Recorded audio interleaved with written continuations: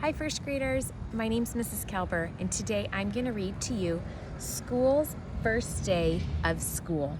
It's a story by Adam Rex and pictures by Christian Robinson. On the first day of school at Frederick Douglass Elementary School, everyone is a bit nervous, especially school. School wonders what everyone will look like. Will everyone like school? School's really unsure.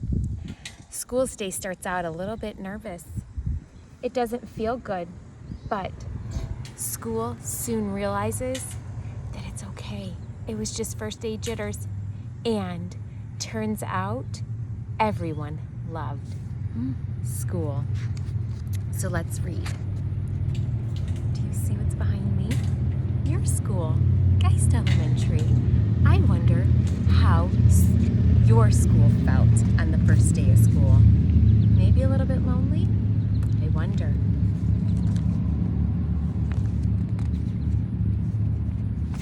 School's first day of school. That summer, they dug up the big field and poured the foundation and set the brick on top of brick until they had built a school.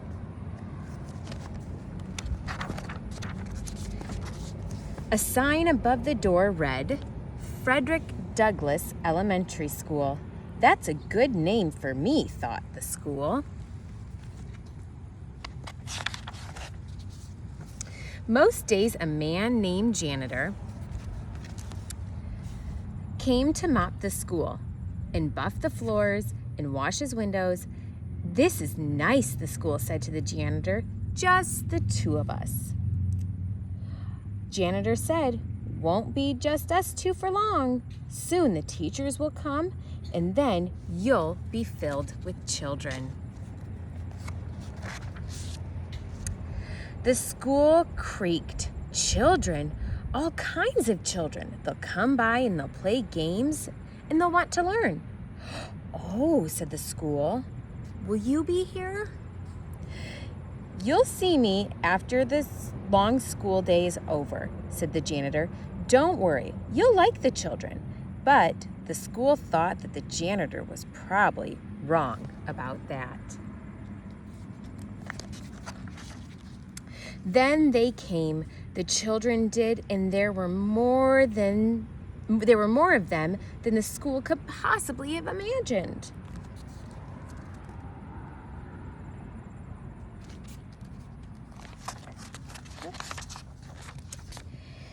They got everywhere. They opened and they closed all of his doors and lockers and drank water from his fountains and played on the jungle gym. And that's what that is for. So that's what that is for, the school thought. He didn't know what the playground was for until all the children played on it. Some of the older kids gathered by the school's back fence and showed each other their bored faces. This place stinks, said one student, and the school gasped. I hate school, said another student with the puffy hair. To agree with his friend, the school sagged a little bit. Sounds like his feelings were hurt. One very small girl with freckles didn't want to come inside the school at all. Her mother had to carry her in. I must be awful, the school whispered to himself. Later, he squirted the puffy-haired kid in the face, and he felt bad afterwards.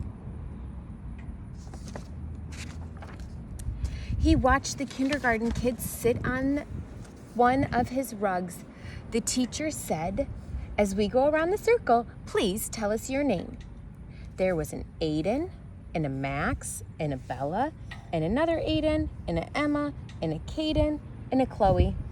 The small girl with freckles was next, but she wouldn't speak. She only stared at her shoes until the teacher moved on.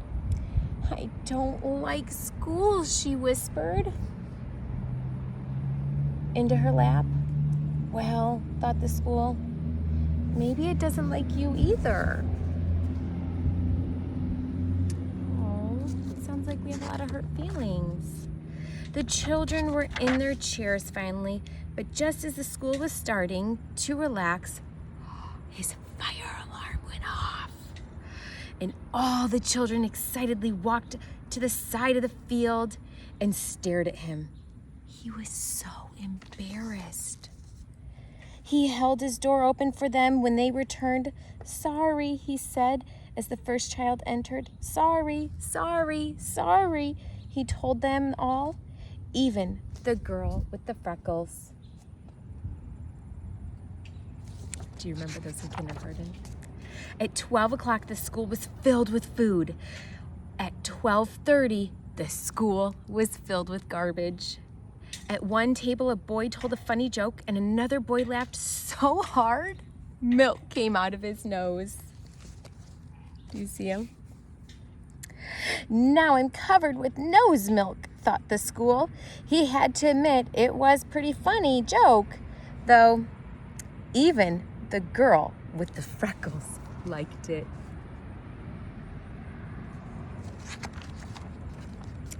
After lunch, the kindergarten kids learned about shapes and rectangles. "A rectangle has 4 sides," said the teacher. 1, 2, 3, 4. And a square has 4 sides too. In fact, a square is actually a special kind of rectangle. "Wow," said school. "I didn't know that." Afterward, the children made pictures with glitter and paste. The girl with freckles made a picture of the school. "It looks just like me," thought the school, "except glittery. It's like she's known me all my life."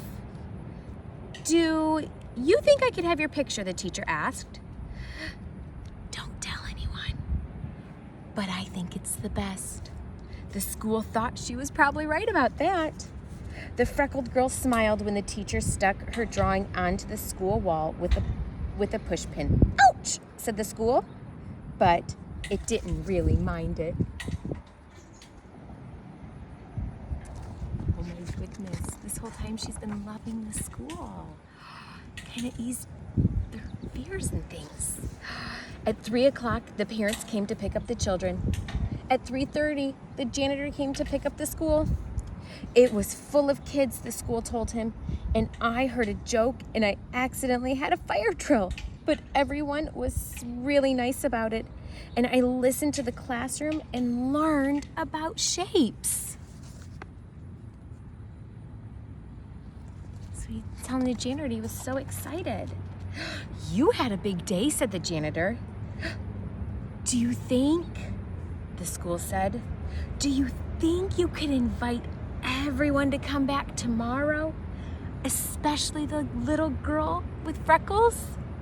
The janitor nodded. "I'll see what I can do."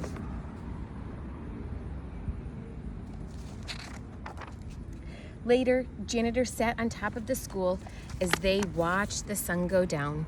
Did you see that?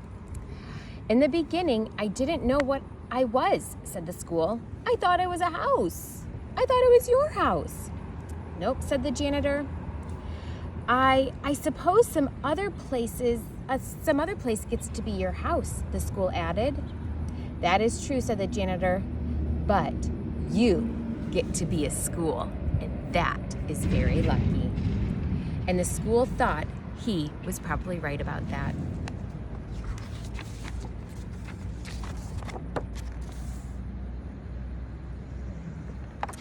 I really like this book. How do you think our school felt the start of this year? Probably really lonely. This school right here misses you, but is so eager to welcome you back. We hope you have a great first week, first graders.